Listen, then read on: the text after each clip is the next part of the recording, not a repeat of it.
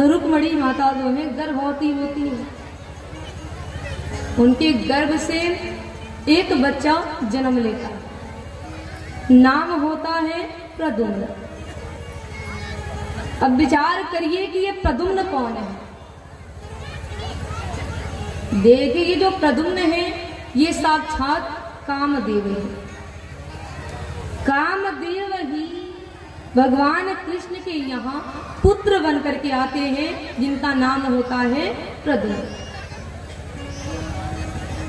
प्रद्युम्न जब जन्म लेते देखे, जब जिस समय जब शिव तीसर नयन उघारा, चितवत काम भयउ जरिचारा। जब भोले बाबा ने अपने तीसरे नेत्र को खोला तो कामदेव जल करके भस्म हो गया, और जब कामदेव जलकर भस्म हुआ तो कामदेव की पत्नी थी रति। अब आकर के भोले बाबा के सामने विलाप करने लगी, तो रोने लगी। तब शिवजी ने कहा कि देखो, काम भले ही शरीर से नष्ट हो गया है, लेकिन काम सब में व्याप्त है।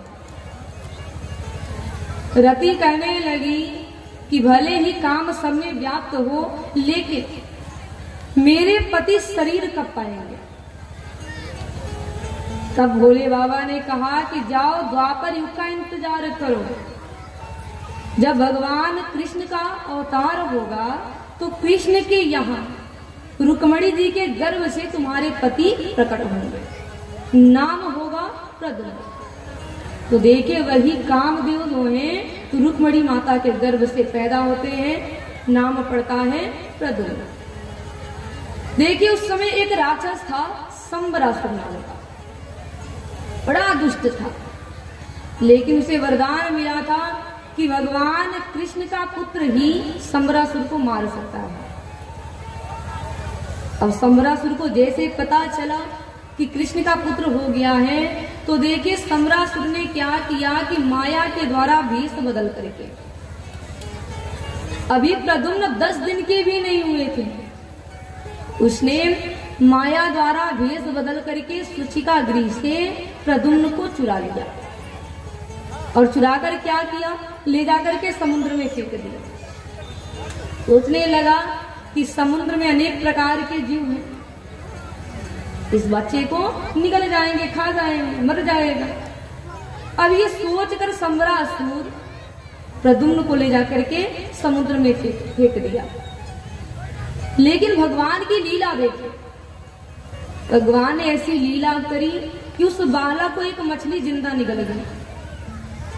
मछुआरे आए मछली मारने के लिए और उस मछली को पकड़ लिए, बाजार में बेचने गए तो संजोग से वो मछली जो है संबरासुर के घर चला गया। अब संबरासुर ने क्या किया कि उस मछली को अपने रसोई घर में भेज दिया। अब संबरासुर के रसोई घर में एक मायावती नाम की स्त्री रहती थी।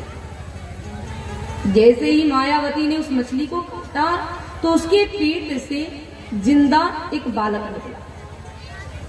अब मायावती उसका लालन पालन करने लगी। अब देखिए ये मायावती कौन है,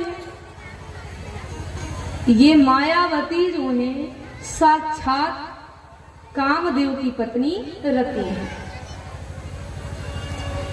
अब आप विचार करें कि मायावती संबरासुर के घर में रसोईया बनकर के क्यों है।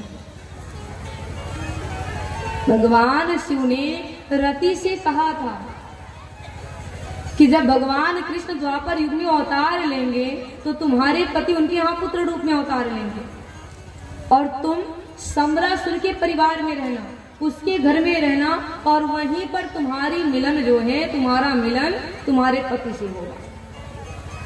इसीलिए रति जो है मायावती के रूप में संबरासुर के घर में रहती है, रसोईया के रूप में। अब मायावती अपने पति को नहीं पहचान रही, प्रद्युम्न को नहीं पहचान रही, उनका लालन पालन कर रही। अब एक दिन नारद जी आते हैं और नारद जी मायावती से कहते हैं कि आप पहचानती हो ये कौन है। मायावती कहती है हमें नहीं पता, मछली के पेट से हमें ये बालक मिला है, इसलिए मैं इसका लालन पालन कर रही हूँ। नारद जी कहते हैं कि ये कोई दूसरा बालक नहीं, ये खुद आपके पति है। मायावती कहती है कि नारद जी कैसी बातें कर रहे हो, ये छोटा बालक मेरा पति कैसे हो गया। नारद जी कहते हैं कि ये छोटा बालक कामदेव है। सम्रासुर ने भगवान कृष्ण के यहाँ से इस बालक को चुरा करके समुद्र में फेंक दिया। मछली निकल गई और वही मछली आप लाई और उसे काटी तो उसके पेट से ये बालक निकला। अब देखिए, जब इस बात को मायावती सुनी बहुत खुश हुई, क्योंकि अपने पति का इंतजार कर रही थी। अब देखिए, बड़े प्रेम से उस बालक की सेवा करने लगी और अब बहुत जल्दी प्रद्युम्न बड़े हुए। अब प्रद्युम्न जब बड़े हो गए तो मायावती अब उनके साथ अब पतिव्रत वाला व्यवहार करने लगी। प्रद्युम्न ने कहा कि देवी, आपने हमारा लालन पालन किया है, हमें पाला है, पोसा है, उस नाते से आप हमारी माता हो, तो आप मेरी माता होने के बाद मेरे साथ ये पतिव्रत व्यवहार क्यों कर रही हैं?